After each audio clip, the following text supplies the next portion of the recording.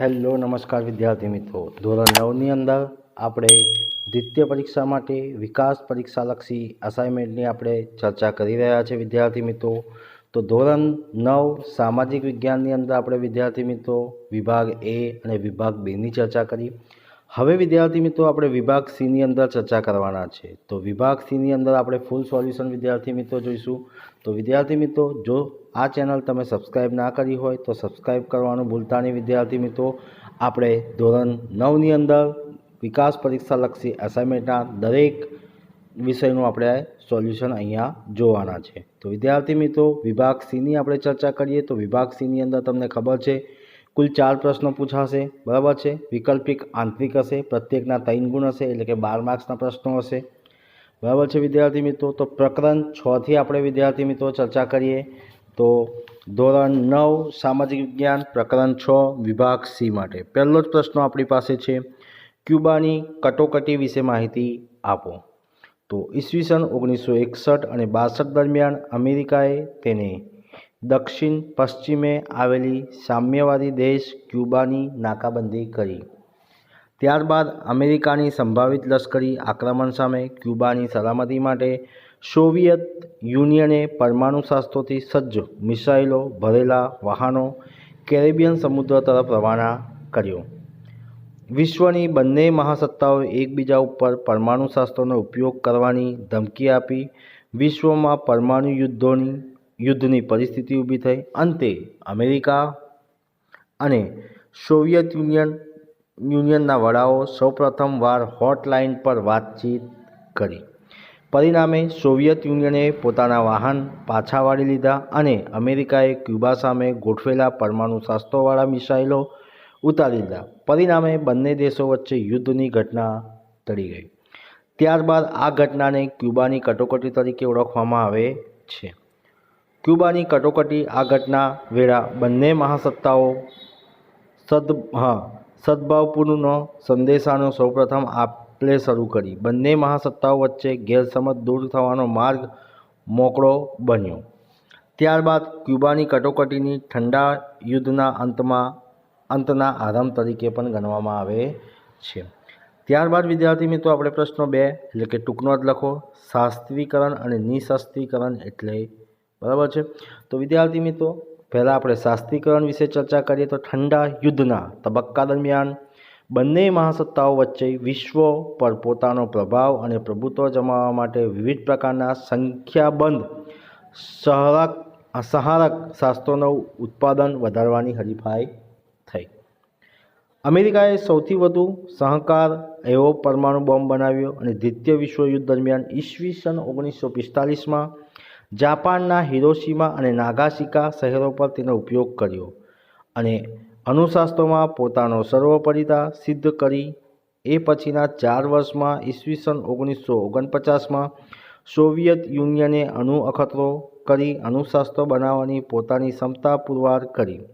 એ પછી વિશ્વના અગ્રણી દેશો વચ્ચે પરમાણુ શસ્ત્રો બનાવવાની સ્પર્ધા શરૂ થઈ. 2 મહાસત્તાઓ પછી બ્રિટેન પરમાણુ શસ્ત્રો વિકસાવ્યો. એ પછીના દાયકામાં ફ્રાન્સ અને ચીન પરમાણુ શસ્ત્રો વિકસાવી પરમાણુ સત્તાઓ બન્યા. આમ વિશ્વના 5 રાષ્ટ્રો પરમાણુ શસ્ત્રો ધરાવતા રાષ્ટ્રો બન્યા. ચીન સિવાયના 4 રાષ્ટ્રો સંયુક્ત રાષ્ટ્રોની સલામતી અને સમિતિની કાયમી સભ્ય રાષ્ટ્રો હતા. આ 5 રાષ્ટ્રો પાસે પરમાણુ શસ્ત્રો, વિઘાતક રાસાયણિક જૈવિક શસ્ત્રો તેમજ હજારો કિલોમીટર દૂર આવેલા નિશ્ચિત લક્ષ્યાંકો પર ફેંકી શકાય એવા પ્રક્ષેપાસ્ત્રો એટલે કે મિસાઇલનો ઉત્પાદનની અદ્યતન ટેકનોલોજી હતી. સમગ્ર મનુષ્ય જાતિનો જ નહીં પરંતુ સમગ્ર જીવસૃષ્ટિ સાથે આખા જગતનો અનેકવાર વિનાશ કરી શકે એવા શસ્ત્રોને ભય નીચે વિશ્વ જીવતું હતું. ત્યારબાદ આપણે વાત કરીએ વિદ્યાર્થી મિત્રો નિશાસ્ત્રીકરણ. ઈસવીસન 1961 અને 62માં સર્જાયેલી ક્યુબાની કટોકટીની ઘટના પછી અમેરિકા, સોવિયત યુનિયન અને બ્રિટન પરમાણુ શસ્ત્રોના નિશાસ્ત્રીકરણ દિશામાં પ્રથમ સોપાન તરીકે પરમાણુ શસ્ત્રોનું ઉત્પાદન અને પરીક્ષણ અને પ્રસરણ પર અંકુશ મૂકવા માટે સહમત થયા. આ માટે તેમને આંશિક પરમાણુ અખતરાબંધી નામની સંધિ તૈયાર કરી। આ સંધિ એકબીજા દેશ પર અણુ અખતરા કરવા પર પ્રતિબંધ મૂકતી હતી। આ સંધિ પર ફ્રાન્સ અને ચીન હસ્તાક્ષર કરવાનો ઇનકાર કર્યો। ઈસવીસન 1964માં ચીને અણુ અખતરો કર્યો। બંને મહાસત્તાઓ વચ્ચે ઠંડા યુદ્ધોની તીવ્રતા ઓછી થતાં અને તેમની વચ્ચે સંબંધો સુધારવાની પ્રક્રિયા શરૂ થતાં મહાસત્તાઓ પરમાણુ શાસ્ત્રો પર મર્યાદાઓ મુક્તિ અને તેમની ઘટાડો કરતી સંધિઓ પર હસ્તાક્ષર કર્યો છે। ભારતે આ સંધિઓ આવકારી છે, પરંતુ તે હંમેશા સંપૂર્ણ નિઃશાસ્ત્રીકરણની હિમાયત કરે છે। જ્યાં સુધી પરમાણુ શાસ્ત્રોનો સંપૂર્ણ નિઃશાસ્ત્રીકરણ નહીં થાય ત્યાં સુધી વિશ્વ પરમાણુ શાસ્ત્રોના જોખમમાંથી મુક્ત બની શકે નહીં। ત્યારબાદ વિદ્યાર્થી મિત્રો આપણે વાત કરીએ નેક્સ્ટ ક્વેશ્ચનની અંદર। ત્રીજો ક્વેશ્ચન છે બર્લિનની નાકાબંધી। તો ટૂંક નોંધની વાત કરીએ વિદ્યાર્થી મિત્રો તો દ્વિતીય વિશ્વયુદ્ધના અંતે પરાજિત જર્મનીને 4 વહીવટી વિસ્તારોમાં વહેંચી દેવામાં આવ્યું। એ જ રીતે તેની રાજધાની બર્લિનને પણ 4 વહીવટી વિભાગમાં વહેંચી દઈ તેના પર 4 મહાસત્તાઓની વહીવટી સ્થાપવામાં આવ્યો। થોડા વર્ષ પછી અમેરિકા, ફ્રાન્સ અને બ્રિટેન પોતાના વહીવટી હેઠળના પશ્ચિમ જર્મનીના 3 પ્રદેશોનું એકીકરણ federal Republic of East Germany તરીકે પણ રચના કરી। આ દેશોએ પશ્ચિમ જર્મનીના 3 પ્રદેશોમાં એકીકરણ જેમાં બર્લિનના 3 વિભાગોનો પણ એક બનાવ્યો। જે બર્લિનના 3 વિભાગો હતા એને એક બનાવ્યા। પ્રક્રિયાના વિરોધ રૂપે એપ્રિલ 1948માં સોવિયત યુનિયને બર્લિનની નાકાબંધી જાહેર કરી। પરિણામે પશ્ચિમી દેશો અને સોવિયત યુનિયન વચ્ચે ભારે તણાવ ઊભો થયો। ઘણા વિદ્વાનો આ નાકાબંધીની ઠંડા યુદ્ધનો આરંભ માને છે। ત્યારબાદ વિદ્યાર્થી મિત્રો આપણે વાત કરીએ ક્વેશ્ચન નંબર 4। ક્વેશ્ચન નંબર 4ની અંદર શું કીધું છે? ઠંડા યુદ્ધના પરિણામોની સંક્ષેપમાં ચર્ચા કરો। તો ઠંડા યુદ્ધના પરિણામો નીચે મુજબ હતા। સૌથી પહેલાં આપણે વાત કરીએ તો ઠંડા યુદ્ધના સમયગાળા દરમિયાન બંને મહાસત્તાઓ અમેરિકા અને સોવિયત યુનિયન અનેક વખત આમને સામને આવ્યા, પરંતુ બંને પાસે પરમાણુ શાસ્ત્રો અને દૂરસંચાર મિસાઇલો હોવાથી વિશ્વ ભયંકર મહાયુદ્ધમાંથી બચી ગયું। બંને મહાસત્તાઓ વચ્ચે શરૂ થયેલી શાસ્ત્ર સ્પર્ધા પરાકાષ્ઠો પહોંચી। દુનિયાના મુખ્ય શક્તિશાળી રાષ્ટ્રો વચ્ચેની આંતરસંબંધોમાં આમૂલ પરિવર્તન આવ્યું। દ્વિતીય વિશ્વયુદ્ધના અંતે જગતમાં અમેરિકા એકલું જ પરમાણુ બોમ્બ જેવા વિનાશકારી શસ્ત્રો ધરાવતું હતું। ઈસવીસન 1950માં સોવિયત યુનિયને સફળ અણુ અખતરો કરી પોતાની તાકાતનું પણ પ્રદર્શન કર્યું। વિશ્વના મોટાભાગના દેશોએ એકબીજા પ્રત્યે ભારોભાર અવિશ્વાસ હતો। તેમને એકબીજાનો ભય સતાવતો હતો, તેથી તેઓ જગતના એક યા બીજા લશ્કરી જૂથમાં જોડાયા હતા। ત્યારબાદ વિદ્યાર્થી મિત્રો આપણે વાત કરીએ ક્વેશ્ચન નંબર 5। ટૂંક નોંધ લખો। આંતરરાષ્ટ્રીય ક્ષેત્રે ભારતનું પ્રદાન।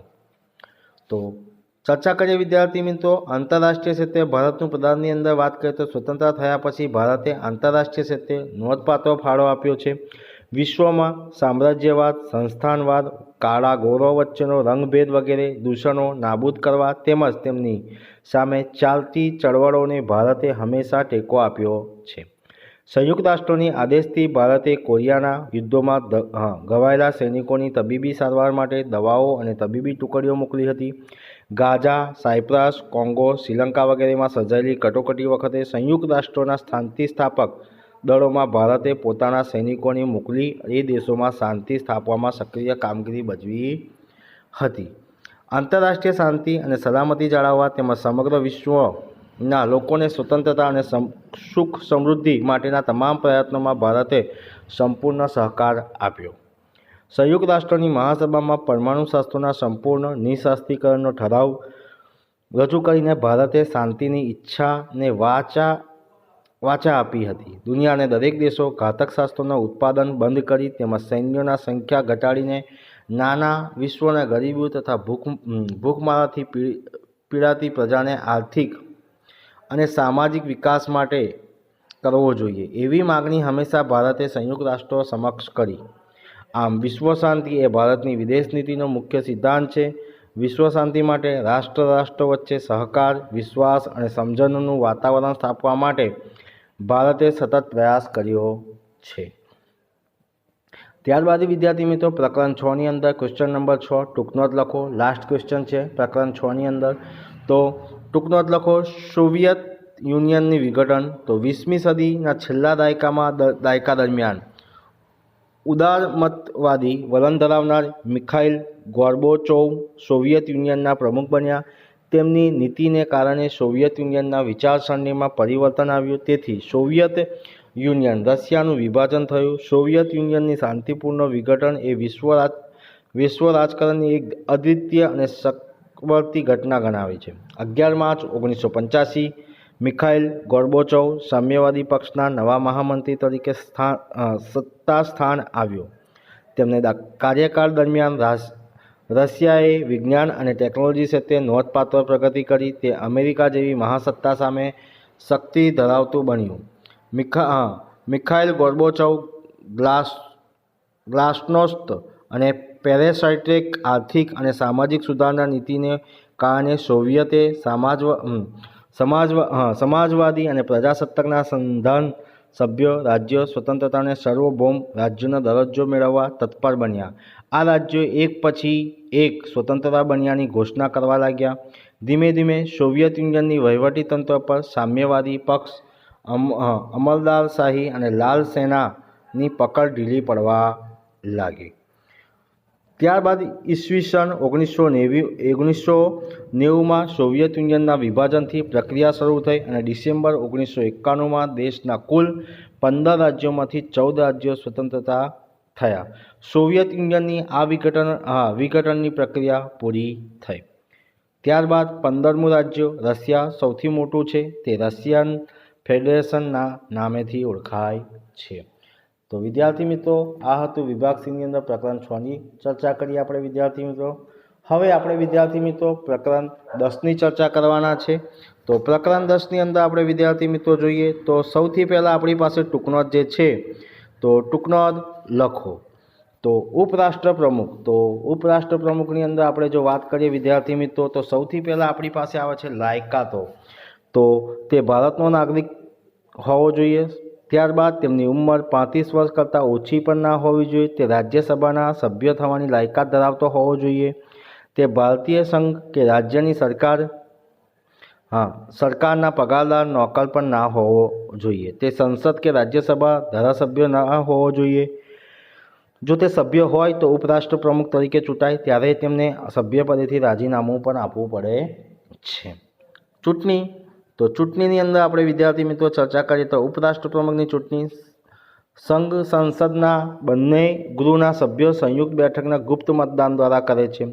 મુદ્દત. ઉપરાષ્ટ્ર પ્રમુખના હોદ્દાની મુદ્દત 5 વર્ષની છે, પરંતુ રાજ્યસભા અવિશ્વાસ દરખાસ્ત પસાર કરે અને લોકસભા તેને બહુમતથી માન્ય રાખે તો ઉપરાષ્ટ્ર પ્રમુખ પદ ભ્રષ્ટ કરી શકાય છે. સત્તા અને કાર્યો. તો ઉપરાષ્ટ્ર પ્રમુખ પોતાની હોદ્દાની રૂએ રાજ્યસભાના અધ્યક્ષ એટલે કે સ્પીકર બને છે. કોઈપણ સમયે રાષ્ટ્રપ્રમુખનું સ્થાન ખાલી પડતા તે જગ્યાએ નવા રાષ્ટ્રપ્રમુખ ચૂંટણી ના થાય ત્યાં સુધી તે ઉપરાષ્ટ્રપ્રમુખ અને રાષ્ટ્રપ્રમુખ તરીકે પણ ફરજ બજાવે છે.